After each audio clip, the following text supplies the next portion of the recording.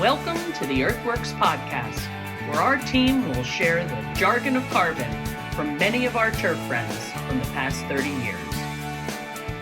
Hi, everybody. This is Joel Simmons for another Earthworks Podcast. I spent a lot of time in the last weekend sitting on my tail watching football games, both college and the NFL. And it gave me the idea of going back and listening to some of the interviews we had with some of our friends from the NFL. So I went back and started listening to some of the podcasts that we recorded previously, and I thought it'd be a good idea to pull some of those clips out and put together a best of the NFL podcast. So I pulled out some clips from our interview with Travis Hogan from the Kansas City Chiefs. I went back and I found Ryan Bjorn's interview from the New England Patriots. And last but certainly not least, I found one of my favorite interviews with Tony Leonard of the Philadelphia Eagles. And I pulled out some clips and I'm going to play them for you here for this week's Earthworks podcast. And I am very excited to have a friend of mine from back in Rutgers days, actually, Mr. Travis Hogan, who's the sports field manager for the Kansas City Chiefs in Kansas City, Missouri. And yeah, it's been a really, really interesting science project. I bet. Well, we've seen some crazy things up there. Yeah. You know, there's been years that we lost grass over the winter from compaction from the year before. So then you come behind that and you're like, okay, we're going to solve that and we're going to aerify after training camp, right? So do that, and then we don't get any moisture up there through the winter, and next thing you know, you die because of desiccation. Because it's all dead, yeah. So it's been fun to, try to figure it out, because they don't really teach. That's not things they teach in school. They don't teach you how to take care of Bermuda grass and St. Joe, Missouri. Especially at Rutgers. Yeah, especially at Rutgers University. Doesn't talk a whole lot. I don't know if anybody talked about Bermuda grass, did they? Not a whole lot. I wouldn't think so. So, that's been a really fun challenge of, like, we've got it narrowed down to where this year we only lost like 8,000 square feet on a sideline. So, how many square feet are we talking about up at that facility? I mean, we've got about 190,000. Oh, do you? So that's a pretty good sized facility. So there's a number of fields, obviously. 2 fields, yeah, plus then the sidelines. How many fields do you now? Your practice facility at home, is that real close to the stadium, right next to the stadium? I don't even know. I've not been there yet. Yeah, it's probably, I don't know, a quarter mile. Okay, so you can. It's how many fields are you talking about there? Three natural grass fields. We added another one last year. And that's also where the indoor facility is? Yeah. Is that a relatively new complex? No. That's an older complex. So yeah, my understanding, and I did a little homework, and you can correct me if I'm wrong, Arrowhead was built in 72. Yep. All right, so it's not the newest of all the stadiums out there. How old is the practice facility?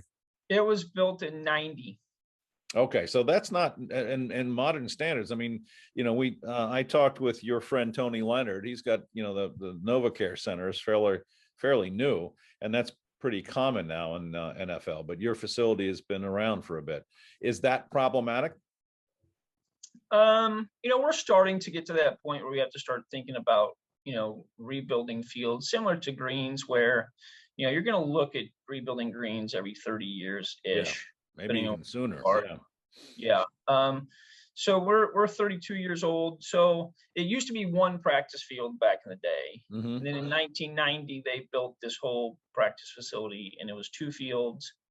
And then like the indoor originally was only like 70 yards, and then over time they made the indoor 100 yards, and then they added a weight room on, and they added, offices down there. So it's kind of been a work in progress of getting it is today. And then we added a field last year. So what's the construction of that practice facility close to home? It's all USG. Yeah, it's all USG. It is all. So back then they built it as USG. Is the Arrowhead Stadium field all USJ spec? Yep. It's all sand. So you're working off of all that.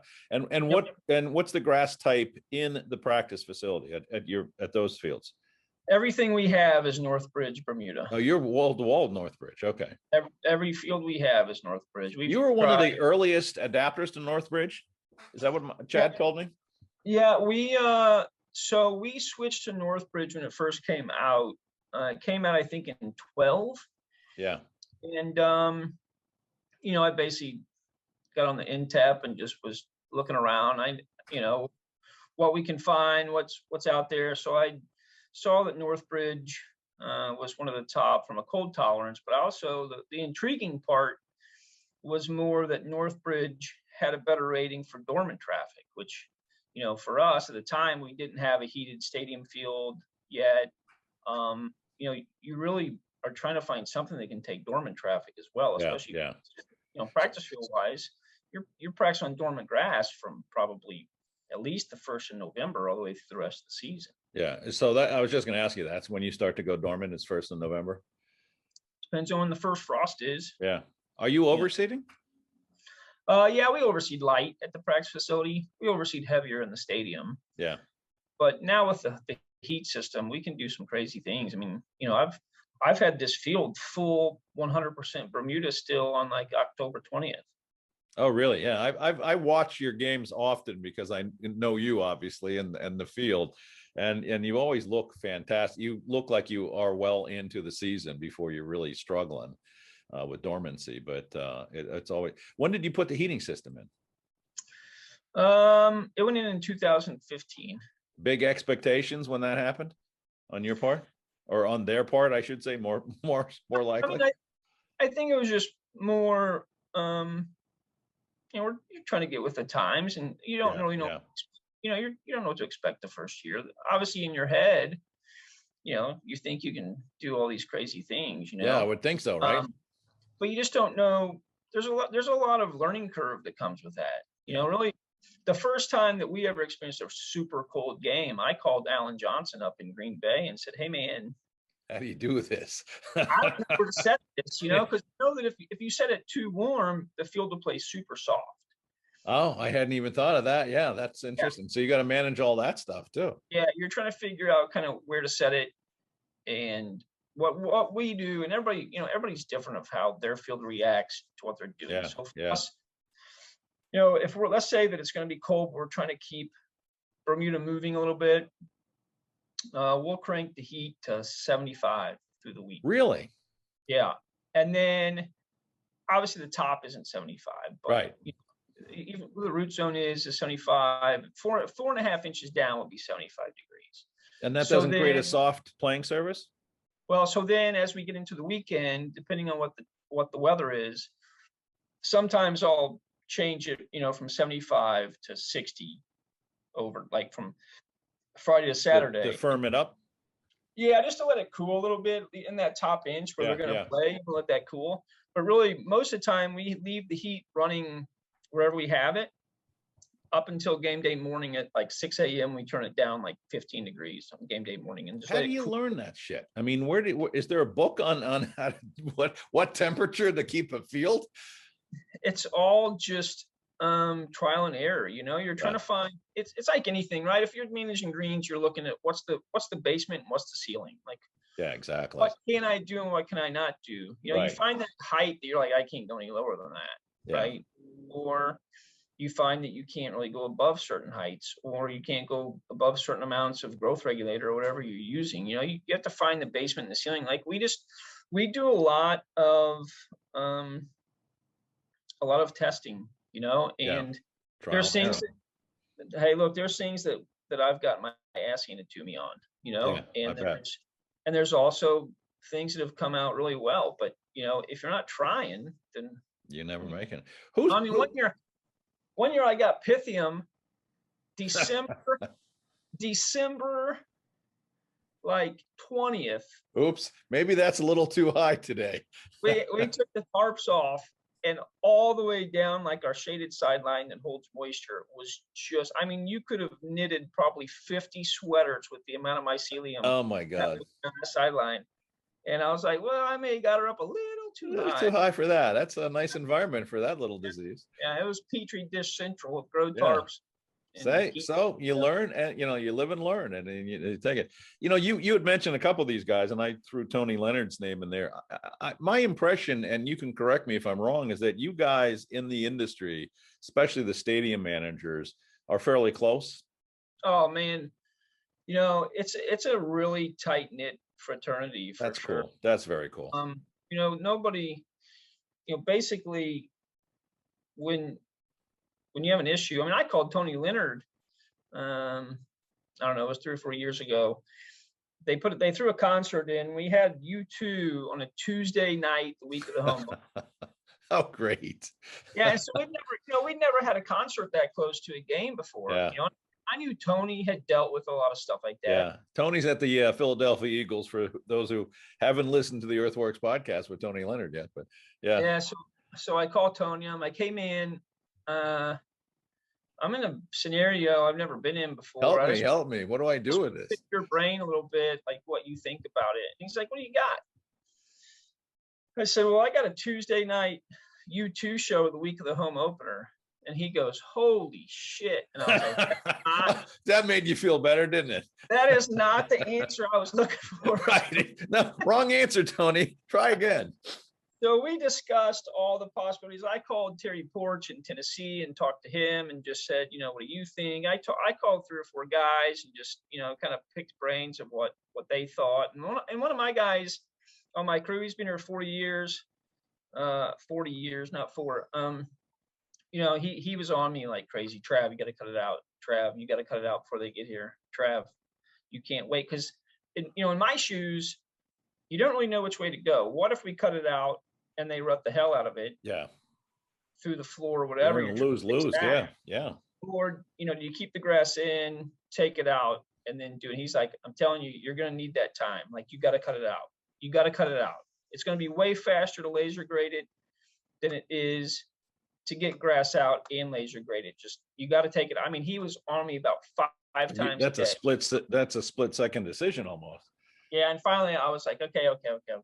Let's do it. And Tony, Tony said the same thing. Terry Porch said the same thing, but the NFL guys, we all, it's pretty, that part's really fun of how well we all get along. Yeah.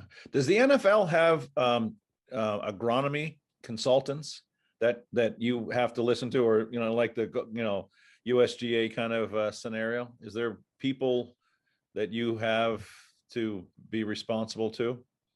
No, I mean, you're not responsible to anyone. I mean, we have Andy McNitt at Penn State as a resource to just kind of bounce things off of, and he's been great to work with. So I was a county extension agent with Andy McNitt when he was a rookie county extension. Yeah. Known Andy since he was a puppy. Yep. He's a good dude. Yeah, good man. So, but there is no agronomy team he's a consultant, I assume. I mean, he's there for your utilization when you need that kind of body to lean on. Yeah, we have to, basically there's certain things that they want us to test before every game. So we have to send numbers into the league. What do you have to test?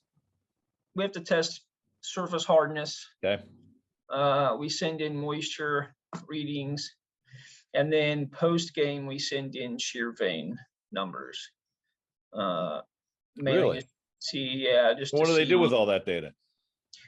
I think it's more of for us. I think really it's used more to help us in the long run. Obviously, we're not. I don't look at those things. Yeah, no, I wouldn't.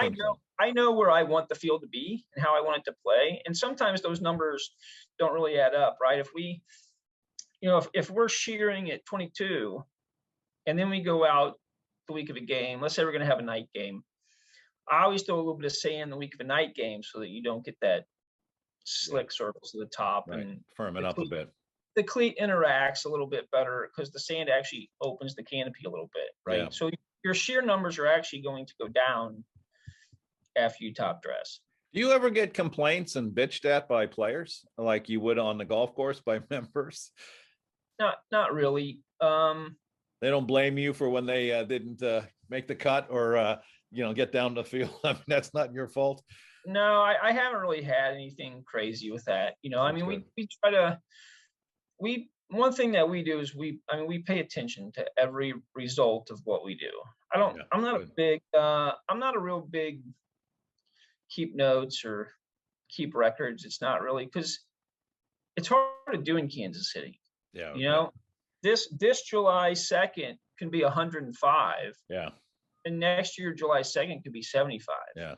No, you don't know what you're going to get. So Yeah, and you know the big battle. I mean, I live in the mid-Atlantic, and we all think that we have a worse environment than you guys have. But statistically, if you look at it, you actually have a worse environment, but we have a lot more cool season grass than you do. So trying to keep that alive, if you had all our cool season grass from the mid-Atlantic in your neighborhood, you'd probably think the same thing. But let's talk. Let's talk a little agronomy. We had a nice conversation the other day on the phone, and you've got some pretty unique ideas of how to manage soils. And I fear that maybe I brainwashed you a little bit in Rutgers. I hope that's not necessarily the case, but you kind of learned on your own. But what's your take? I mean, you're kind of a biological soil management guy in the way you attack things. No, absolutely. I mean, we take soil samples usually twice a year, spring and fall, so we can adjust going into either spring or fall. Yeah, be ahead of the curve. Kind of be ahead of the curve, and then we really kind of learned this accidentally. Obviously going through school and having soil science with you, the only class I really enjoyed, by the way. You didn't have to say that, and I'm not paying you. No, but, I mean, listen, thank you. I told somebody the other day, I said, Joel Simmons is probably the only teacher I've ever had in my entire life that could actually keep my attention. That's because I kept throwing things at you to stay awake. I was a little ADHD-ish, so it was hard to keep my attention. So I actually enjoyed that class. But hey, you were one of the. I said this the other day. You were one of the few guys that got a perfect score on my midterm. I mean, I went through that after we had that conversation. There might be 4, maybe 5. I couldn't get through them all. There's about 1,000 students, and there wasn't many that got perfect scores. So, hey, you did something well. The funniest part was how shocked they were whenever you said my name. But soil-wise, so what we do is every other app that we go out with is organic, and every other app we go out with is synthetic. So that we always have a carbon source for the nitrogen and the synthetic. Meat and potatoes. Get the carbon and nitrogen, yeah. Absolute most that we could get. So it's funny because we really didn't do that much here. You throw a couple organic apps a year and yeah. Well, then we had a scenario where we had a concert, we sodded, and we buried the field. I mean, it was buried, and we had about, I don't know, 2 weeks before game, I buried the field. It's August, so the Bermuda's going to come through. Yeah. It wasn't really where I wanted it to be because I was trying to get an Appa Primo on it before the first game. So I was actually working over at baseball, and I told Trevor, I'm like, hey man, I'll be back in an hour. I got to go throw some fert out. And so I came over here and chucked like a half pound of 545 on it and gave that like 3 days, and then I looked at it, I'm like, still isn't what I want. So I snagged some ammonium nitrate, popped it a little bit, chucked that out at like 3/4 of a pound, and it was the craziest. Like I came in, like when that kicked in, I came in, there was no sand, right? And I was like, holy, I've seen a lot of things over 28 years of doing this stuff, but I've never seen that, not like that.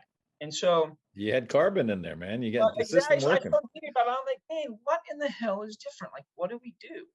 And then I put the 2 and 2 together. I just loaded it with carbon and then crushed it. And so then that kind of started the philosophy of every other app just with sand base. It's so hard to keep it anyway. Yeah. And so every other app, we actually go fairway grade. Every other app is organic. Every other app is synthetic. And then we actually go.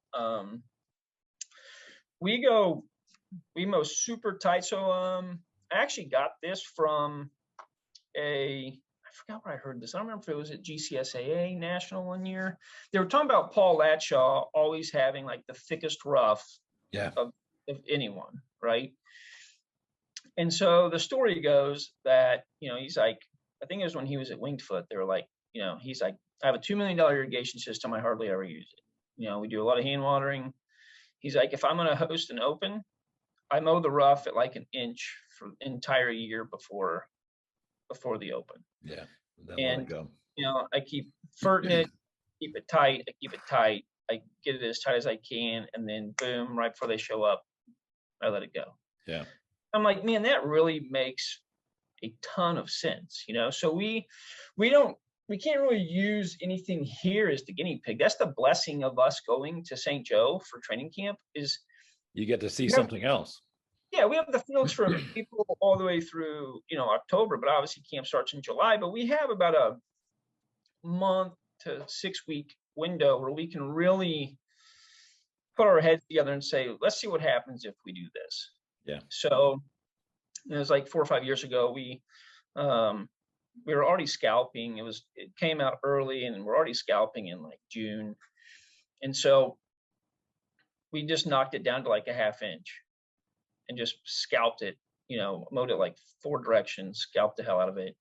And then I was like, well, I'm just going to bring it up to 9/16 and then just start primoing it. So I'm throwing, 6 ounce an acre of primo every 2 weeks on the dot. Yeah.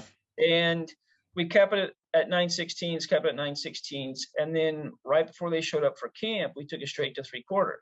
Oh, wow. And so I had sent my 2 guys home because they'd been up there for a couple of days already. So I'm like, hey, go home, see the wife, the kids, just go sleep in your own bed, come up a couple hours before practice tomorrow. And then I'm like, crap. They do the PT test, they do their physical test the day before practice starts.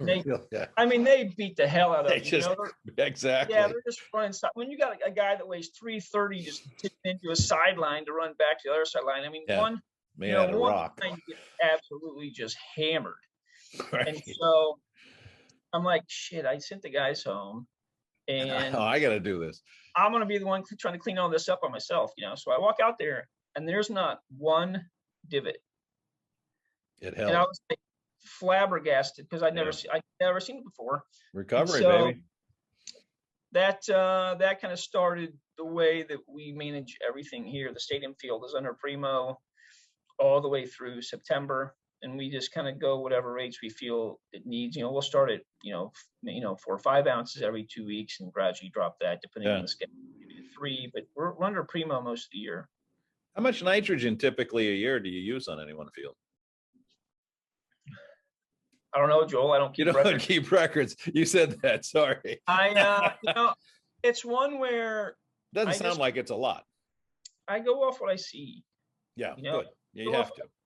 I go off what I see. It just depends on. It really depends on the year that we phrase mode and sprigged and only had 5.5 weeks. We went through a boatload. Yeah.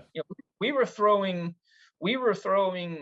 granular every 3 days, and we were spraying foliar every 3 days. Yeah. So you got to keep the thing going, obviously, because you got a podcast, and I'm very excited to have Ryan Bjorn, who is, what is your title? Superintendent of Grounds? Field superintendent. Yep. Field superintendent at the New England Patriots. Let's talk about all the stuff that you're responsible. You're talking about Revolution Soccer. I mean, I think a lot of people listening might not even realize that that's part of your job responsibility. So talk a little bit about that. Where are they? What's the responsibility that you're dealing with? And obviously you're dealing with practice facilities, and then of course the stadium as well. So you got a lot of things on your docket, and you didn't want to be in golf because it was too hard. I don't think I understand that. Yeah. But it's funny. I didn't want to be in golf, so then I went to a 24 field facility in Maryland. Right, exactly. Where, we had 700 I think you're acres. thinking a little backwards, buddy. Right. So I went from, when I took the job in my head, I thought, 24 fields to 6 fields. That's not too bad. I can manage that. Yeah, sure. But then, the added pressure of the stadium field, and I'll give you the quick rundown is we have the stadium, Gillette Stadium, obviously. Everything's in Foxborough, Mass. We're 35 minutes, give or take, based on traffic outside of Boston. The stadium is the home to the New England Patriots, New England Revolution, NFL and MLS, respectively, as well as events, concerts, everything, you name it, graduations. So we stay very busy in the stadium. On site, we have right out essentially behind the stadium, we have the New England Patriots practice field. So we have 3 natural grass fields that we maintain for the football team. And in 2019, when I got here, they were finishing completion of the Revolution Training Center, which is the MLS training fields that they have out back. So all still on site. So our practice field shop is essentially kind of splits in between the football fields and the soccer fields. And we've got 3 natural grass fields that we maintain for the soccer team as well. So the first team, the Revolution first team, has 2 fields. It's one big 5-acre surface that's attached to the training center. And then the second team, academy, youth development program, they all use a third field, which is separate, one natural grass field that they have. And we just started construction of a new synthetic turf practice field for the younger age groups, the youth programs and stuff. So eventually we'll have 1 synthetic soccer field outdoor, 3 natural grass fields for soccer outdoor, 3 natural grass fields for football outdoor, the stadium field synthetic, and an indoor facility that's multi-use. We have soccer uses it, football uses it very rarely, and then we have trade shows, tailgate parties, everything else inside as well. In that bubble there, that's Correct. right next to the stadium. So Yep. what's the difference from your standpoint between the football practice fields and the soccer practice fields? Are they managed differently? Are they? I mean, I can't imagine you don't have a ton of people on those soccer fields during the season. Yeah, the first team fields tend to stay pretty much dedicated to just the first team. We'll have some extra stuff for we hosted the German national soccer team for a week last year when they were playing in Connecticut. But for the most part, they have those. The original question, do we manage them the same or differently? We manage them. A lot of what we do is very similar, but we do manage them differently at a very granular basis. So when it comes to cultural practices and everything else, our timings are very different. Soccer is out there. Like I said, we had our first practice for the soccer team on a grass field yesterday. That's unbelievable. Right. You're And getting so, snow today. yeah. And, that saying that, it's important to note that we have a hydronic heating system in one of the 2 fields. That was for my the next first team. question. Yeah. That allows us to be able to do that, which is great. And then agronomically, we manage, our base program is pretty much the same for all 6 fields for the most part, because at the end of the day, our goal is to grow the best Kentucky bluegrass that we can here. Soccer stays we try and keep it as close to 100% KBG as we can. And then football, we end up throwing a lot of rye during the season just to keep new plants germinating all the time. Right. So we'll tailor some stuff. Our PGR usage is a little different, and our actual products are a little different based on the facility. But overall, our base program stays pretty much the same, and then a lot of the sprayables might change depending on what we have going on each facility. Just trying to keep everything pushed and going. Exactly. Is it all sand based? All sand based. The soccer fields that were built in 2019 are built incredibly well. Great drainage system. Everything's piped for sub-air to be able to have a vac and ventilation system if we're able to get the unit in there. And one of them has a hydronic system, so that's great. The academy, quote unquote, academy grass field for soccer that we have, that was built back in 2014, 2015 with a flat tile drain system on sand that works a little bit. It works okay. It's not like a full drainage setup that we have down there, but we've been able to improve that with some surface aeration, linear drainage, things like that. The football fields are a little different. Same thing with football is we have one 5-acre surface that has 2 football fields on it. That was built when the stadium was being built. Those were built as quote unquote temporary practice fields at the time in 2001, 2002, and have since not had any major renovations. So they are sand based, but Denny Brolin will tell you when they graded those fields, they did that by pulling a telephone pole across them because it was just trying to get them. That's the technology used. Exactly. Brilliant. Yeah. So we have one separate football practice field that used to be the Revolution training field, and 2 years ago now, so 2022, we did a mini renovation down there where it was originally built as a 10-inch profile, and by the time we got to it in 2022, it was 18 inches. Oh boy. 8 inches of just layering over the years, and it's no fault of anyone's. It was just that field got used from March through October for Revolution, and then as soon as the Revolution were done, the Patriots would go down there and they'd be out there till January or February. So the time you would normally do your core aerations or your heavy cultural practices, it just disappeared. So it just top dress sand, top dress sand, top dress sand, and it just built up over time, trying to keep it alive. Yeah. What give me some ideas as to your basic agronomic philosophies. How are you managing this from a fertility standpoint? I mean, what's the concept? Not necessarily the products, but the concepts. Yep. So we do a lot.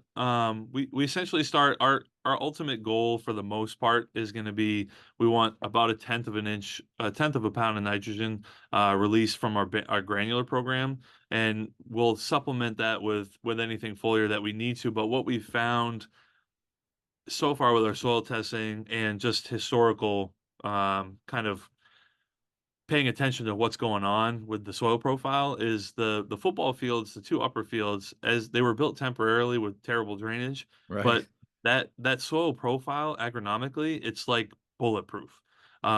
We good. are super comfortable with how well it handles the nitrogen that we put out. The release is very consistent, not really temperature dependent as much as we would expect. And then when we built the soccer fields in 2019, we were starting with essentially fresh sand. So we Yeah. had to really build that base up over the last few years with a lot of organic products, just trying to catch that field up a little bit compared to the other. So that created some differences with the two profiles. The other big difference is the heating system now, we're essentially growing 12 months a year. And so we've Right. learned some lessons. Last year was our first full season having that hydronic system, and we pulled the covers in January and we were mowing in snow and we were like, this is the greatest thing ever. And, Right.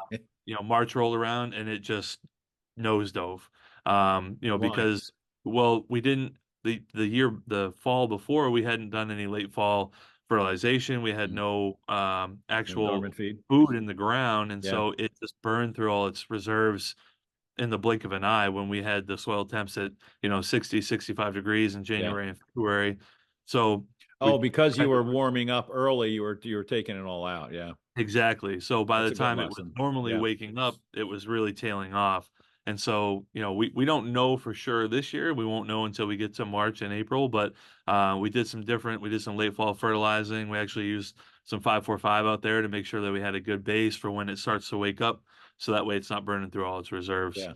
Yeah. Keeping We'll biology hopefully have, going is a good thing, isn't it? yeah, Especially during yeah. the winter. Yeah, I mean, this is the first time I never thought in a million years that I'd be spraying PGR on bluegrass in December in Right. Foxborough. But Exactly. yeah, we've been keeping the field under regulation essentially 12 months a year because we don't want it getting super leggy and growing vertically under the tarps Yeah, of or the course not. evergreens when we have the heating system going. So, Are you cutting both the but sides, the soccer, football at the same height? yep, everything's Yeah. maintained 3/4 of an inch pretty much all year. We did take the soccer field, the heated field, up to an inch when the team wrapped up their training for the year this past fall. And as Just so you they, can grow some roots? yeah, exactly. Yeah. Yep, trying to build those reserves as much as possible and kind of almost let the plant relax a little bit because Yeah. we just, we grind and grind and grind and it takes a beating. So wanted to let it kind of relax and eat and photosynthesize as much as possible. And then, we knew that they were coming back yesterday, so we went back 2 weeks off of that, started our maintenance program, took it back down to 3/4, sprayed it with, snow mold app, PGR, and some Right. spray fertilizer, and here we are. So what did it look like when you took the tarps off the other day? We were really happy with it. I mean, it was Good. we cut a pretty good amount of grass this past Thursday, and then we covered it back up Friday. Had it covered all weekend to kind of protect it from the cold temps. Pulled it yesterday morning, and I And mean, you it got looks snow like, today. You got snow on it now. yeah, now Yeah, it's got great. snow on. So So now what it'll happens? melt off. It'll melt off probably by tomorrow, and we're trying to get covers back out because our nighttime temps the next 5 to 6 days are probably averaging the mid-teens. Yeah. So we want to try and protect that. That the leaf tissue is super juicy, and we don't Yeah. want it. There's a lot of moisture in there. We don't want it just completely frosting and freezing. So try and protect it from the wind desiccation, and that way when they come back next week, we can pull the covers and they can play again. Wow, there's a lot to think about here, isn't there? You got a lot of things on you in the air that you're ball dancing. It's funny, we were talking, about before we got started, we were talking about Travis Hogan at the Chiefs, a friend of ours, and who's been on the podcast, and was a student of mine at Rutgers. But man, he did a phenomenal job. I watched that game, and with a couple of bourbons in hand, but I just couldn't. I didn't even watch the game. I was just so in awe with the work that they were able to. When they came out on the on television, they were showing the field, and they were just talking how hard it was, and then they started talking. The announcer started talking about the heating system, and by game time, man, it was beautiful. And just to maintain that on the pressure that you guys must be under. I mean, and I texted Travis and congratulated him, but the pressure that you must be under for that 4-hour stretch of your week. I mean, it all builds. What's it like to have to be? Of course, you're on a plastic field on the stadium, but still, you still have to have all the main things working. I mean, it's got to be a tremendous amount of pressure. How do you describe that to somebody when they ask you that question? What's it like during that 2 days of game day? Yeah, that's a great question. I don't know that anyone's ever asked me to describe that. I think it's organized chaos is probably the it's best got to way be to describe it. Yeah. And going back to Trav, I think you say you had a couple bourbons in your hand during the game. He probably would have killed to have a bourbon in his hand. Oh, I'm sure he would have, knowing him. Staying warm. And those guys did an incredible job. I mean, incredible. The announcers do what they always do and find something to harp on. Exactly. That field played incredibly well. The footing was great. It was -4 degrees, for God's sake. Everything was hard as a rock. Yeah, and we're talking about the heating system, and one of the things, generally you would think, okay, it's going to be cold, let's crank the heat, but then you're going to talk about dew formation, and when it's that cold, you pull that tarp, instantly it's going to frost, and then it's going to look like it's frozen, and you're going to have other issues. So there's a lot to consider when you're talking about that stuff, and even for us with the plastic field. Our last game with the Jets, we had the snow game, and we had to make a decision. Do we want to tarp? Do we not want to tarp? And our decision at the end of the day was not to tarp. We have a heating system under the artificial field here as well. And we knew that due to the timing of the storm, it wasn't going to start till 11, 12 o'clock at night. And, the game, we essentially as NFL field managers have to quote unquote hand the field over 4 hours before kick. So that essentially only gave us 8 hours that it would be snowing. So we said, no tarp, we'll plow it if we have to. We had the heating system cranked. We ended up starting to plow the field at maybe 5:30, 6 o'clock in the morning. We pushed off maybe 1.5 inches, 2 inches of slush. We dragged the field with a brush. We matted the field with our artificial mat that we used to help settle the infill. And before the game started, it was like it hadn't even snowed. That being said, once it dropped 10 degrees and the snow picked up, then it started to accumulate, and we were out there running around like madmen with backpack blowers trying to keep lines clear. And that's the organized chaos that I referenced, where we have a plan, we have set parameters where we can and can't go to clear lines, when we can and can't go to clear lines. But a lot of that too is it's not fluid, but I did a lot of communication with the refs, the side judges, just to make sure that if there was something that they needed, and if they ask us to do something, it doesn't matter, we do it.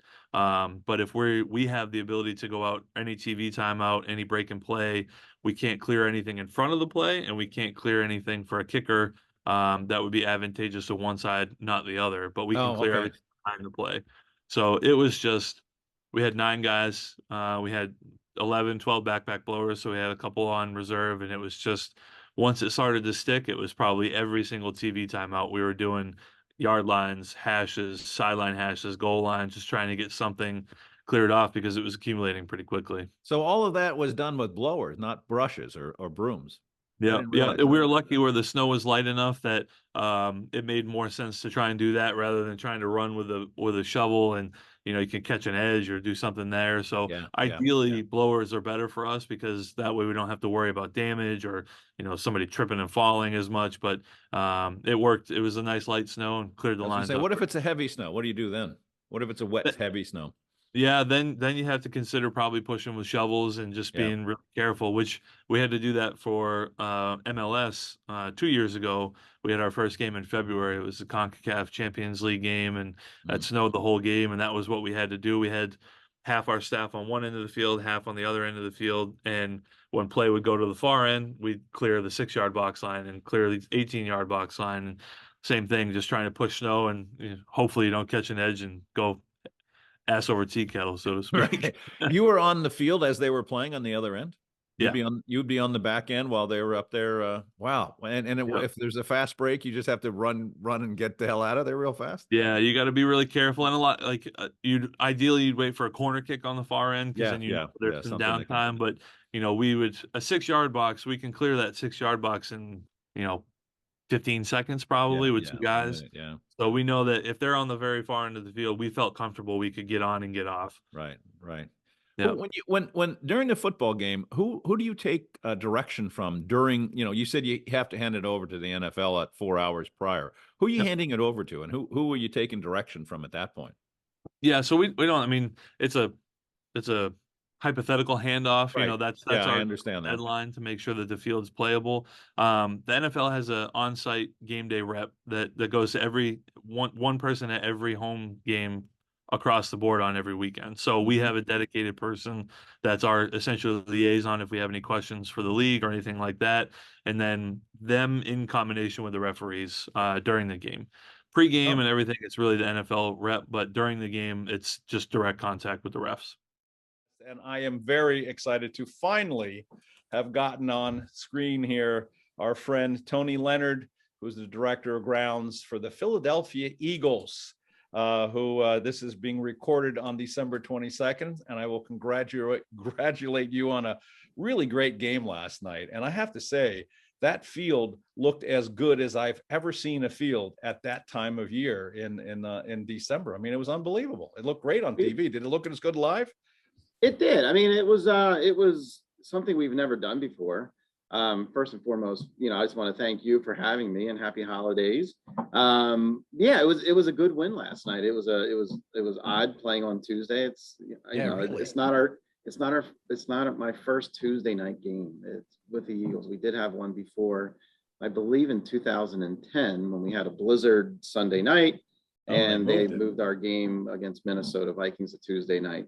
But no, the field did well. But it was the first time where we brought Bermuda grass in, overseeded with ryegrass, this late into the year. Usually when did you bring that in? You brought that field in a couple of weeks ago. Yeah, we brought that in. We sodded about 3 weeks ago. You did the whole field this time, though, didn't you? Yeah, it was December 2nd and 3rd. So Tuckahoe Sod Farms, they were growing the sod for us on plastic. Tahoma Bermuda grass that was overseeded, and that's not doable in Philadelphia. You know that, right? You can't grow. It's not doable in Philadelphia. I've heard that so many times. Unless you have 28 miles of heat pipe underneath the right, field, exactly, growth covers, and an awesome staff that assists with all the maintenance that goes along with it. But yeah, I mean, look, it was something we've been trying to do. I think the footing from a player safety and performance standpoint it's a better performing field surface than what we used to use was Kentucky bluegrass at this time of year. So I thought the field looked well. I thought it played well. We had some misty weather, especially in the first half, which causes that top eighth of an inch to just kind of stay wet. But I thought all in all, I thought it played pretty well, and we got the win. So yeah, and you got the win. Is there anything you guys do to buffer that misty weather? I mean, there's really nothing you guys can do as a field crew, is there? No, there's nothing. It's really hard. I mean, I think keeping the surface as dry as possible going into the game. Yeah. This time of year, it's difficult because we are using growth blankets, which creates a lot of moisture in that upper inch. We have a heat system underneath, which I just talked about, that pushes moisture up to the surface as well. So it's really tricky trying to find that fine line of what's, of that moisture level and when you need to pull the blankets and maybe knock the heat back a little bit and we use our soil moisture meters quite a bit to help us with that. Were guys using special shoes last night? No, because I mean, it didn't. Players. Yeah, I watched most of the game. It didn't look like anybody was really slipping or falling. We had like one or two, but I mean, it's guys. I mean, it's not, especially this time of year. Look, we're in the Mid-Atlantic or the North, and it's December. You want to call it? It's December. It's football. I mean, this is what it is. So it's not uncommon for guys to change cleats, whether it's Washington, Baltimore here, Cleveland, Pittsburgh, throughout the course of the game. And I think it's important for them, to get the best footing. I don't care whatever cleat they want to wear. It makes no difference to me as long as they perform well. Yeah, exactly. Well, you and I go way back, and I love the story of Tony Leonard. I mean, it's one of my favorite stories. I tell it often. I hope you don't mind, but I think it's such a great story in our industry. I mean, you and I met back in probably the late 90s. And you were working, as I describe it, and you'll do a much more eloquent job than this, but you were working on what I call a dirt field on a parking lot. I mean, I'll never forget the first time I met you, and you and I got to meet at your practice facility, which was literally dirt brought onto the parking lot at the old Vet Stadium, and you guys had a bubble. I mean, at that time, and I think you told me this, you probably had the absolute worst practice facility in the NFL, and you quickly moved to probably the best practice facility in the NFL. Talk about how you got to the Philadelphia Eagles. Let's start with that conversation first, and I want to really explore this dirt field concept. But how did you get there? So when I was in college, I graduated Penn State in 1997. Congratulations. Prior to graduating, I did an internship with the Baltimore Ravens. And under who? Under Vince Paterozzi. So Vince Paterozzi was the head groundskeeper at Memorial Stadium. Vince came from Cleveland when Cleveland moved the Browns to Baltimore. He came along with them, and they were at Memorial Stadium, and Vince did a great job. He did a great job with the stadium there, and they were building a new stadium as well. So you started at Memorial Stadium? I didn't even know that. So we were one of my first days was ripping out the irrigation systems, and it was the heat systems, and it was odd because growing up, I grew up in Hanover, PA, which we were close to Baltimore. I mean, I grew up as an Orioles fan, so I've spent games there watching, in that stadium. And so one of my favorite stadiums. I actually I tell the story. I think I told it recently on a podcast, but I was at the '69 World Series at Memorial Stadium. Yeah. And they were way over, they were so highly expected to win. And then the Mets came in and we beat Seaver in the first game, and then they lost the second game. No big deal. I had tickets for 6 and 7, and they never came home. No, it was great stadium. It was at the time, when they were moving out, it was, it wasn't made for football. It was obviously a baseball stadium, but I think they did some USFL games there, maybe back in the day. But, they were moving to the new stadium, but Vince had a good reputation. And at the time, the Eagles, I did not know any of this was going on, but Vince, he was helping, he was helping them with their practice facility situation. The city maintained it, these 2 grass fields. So I think these 2 grass fields in the Vet were built in the 80s. I think there was a dredging project going on in the Delaware River. So not only did you get fields on cement, you got crappy soil to put on cement. Yeah, so it's it's sand, and everything drains in sand, right? So they stripped the asphalt off. They got down to about 10 or 12 inches. On top of the stone, they laid a geotech fabric and then put the sand on top of that. So what happened was, over the years, the heavy metals in the sand leached into the felt fabric and basically sealed off any kind of drainage whatsoever. So Vince helped them out with this project to get these fields up to speed with the rest of the NFL. And so he was working with a company called SW Franks. So SW Franks was out of Cleveland. They came in. Basically, we had to bulldoze off part of the field, the sand, and then get the fabric, pull the fabric out, and then put the sand back. And that's essentially that's what we had to do. We had to get the fabric and we only did one field. There was 2 fields there. We did one field. The other field, they tried to poke holes through with a verted drain. So that's what they had the money for. The Eagles organization knew they were going to get a new practice facility, so they didn't want to put a whole lot of effort into this.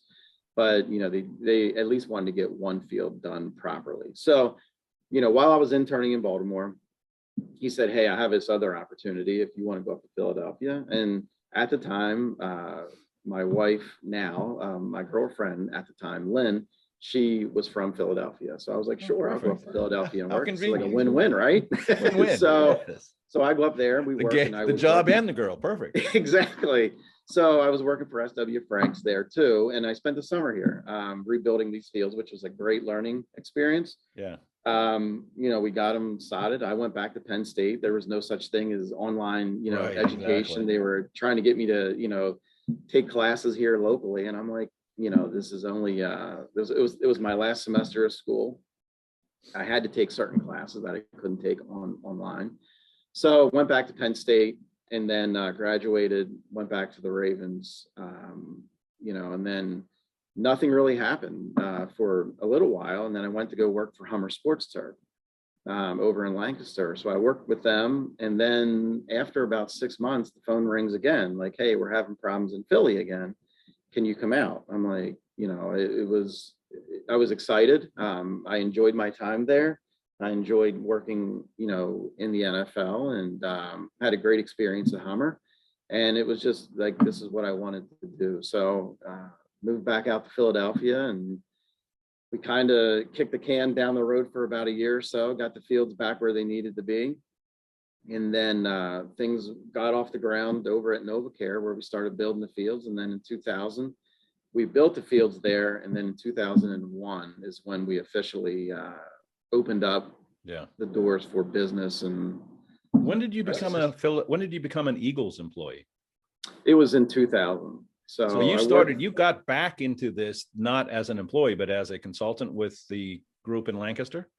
Well, it was Vince. It was through Vince's company. Okay. And then so I was, I worked out of a little trailer parked on the side. And then I ended up meeting up with another guy. So the Eagles wanted to, they wanted to change directions a little bit with like who they had maintaining the field. So there was another gentleman in the area named Brian Poole, who was at the University of Delaware at the time. And Brian and I, we've known each other for a little bit, and he wanted to start his own business. So I said, "Look, Brian, here's the deal. I can help get you off the ground with your business, but I have to be your first hire." And he was like, "Really?" I said, "Yeah." I said, "This is kind of the how it works." Here. He goes, "Absolutely." He goes, "I would love to be able to do it." And he bought the mower, and we made a couple improvements to the conditions there. But he was there for about a year and a half to 2 years with me, and we got the fields where they needed to be. And look, it was. I don't want to say it was probably one of the worst practice facilities, but it was. The players had to get in their cars. They had to dress in their locker room, go get in their car, drive to practice from the stadium. Practice, sweaty, dirty, whatever. Hop back in their cars with shoulder pads on, helmets, cleats, everything, and drive back into the locker room or drive back to the vet, park their car, get showered. I had no idea. It was the bubble, the infamous. I remember. Bubble that was there. I mean, when I met you, I've told this story many times. When I met you, I was so amazed at what you were able to accomplish, because you literally had these two dirt fields on the parking lot, and then next to that was the bubble. And I remember you walking me into the bubble, and it was truly disgusting. I mean, it stank. It was hot and gooey, and this was probably in it must have been during the season, but you managed some of the most difficult facility. And I remember you telling me the story of how hard it was for the franchise to recruit people, because you got a dirt field on the parking lot and this bubble. And I never heard the having to drive back and forth, but you guys went from the worst to the best when NovaCare was opened in 2000. I mean, you tell me, but I assume it was probably the elite facility in the NFL at that point. It was. I mean, look, and all credit, to our owner, Jeffrey Lurie. I mean, when he bought the team, that was his goal. Like, he knew we had to upgrade the practice facilities. He knew we had to upgrade the stadium.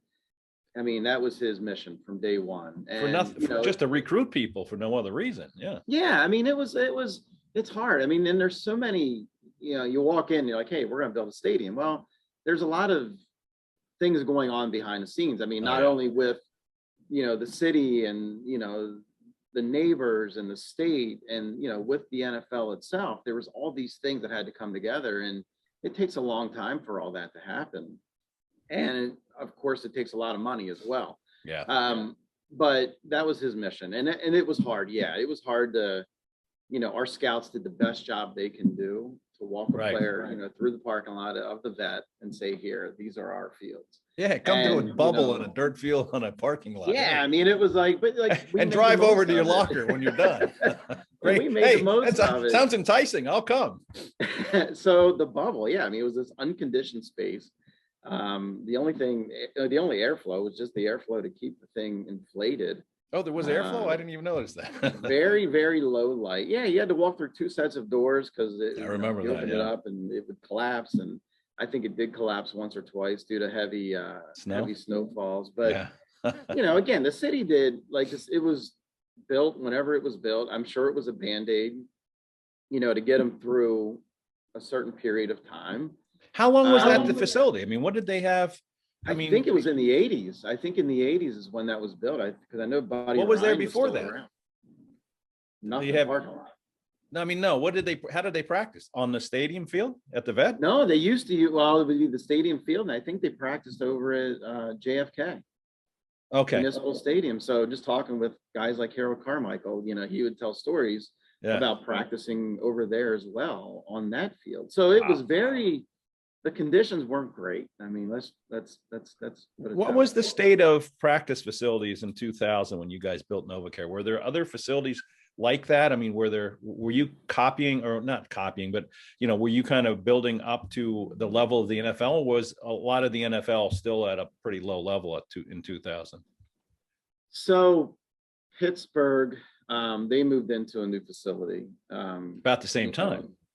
About the same time. Yeah. The Atlanta Falcons, which we looked at their facility, they just opened up a new one outside of Atlanta. I'm trying to think of some of the other ones that were up and running. I know when we built ours, Detroit Lions, they stopped down when we played them way back when, and they toured through our facility as well. So, you know, New England, I think when they built their stadium, they looked at the that's all after you.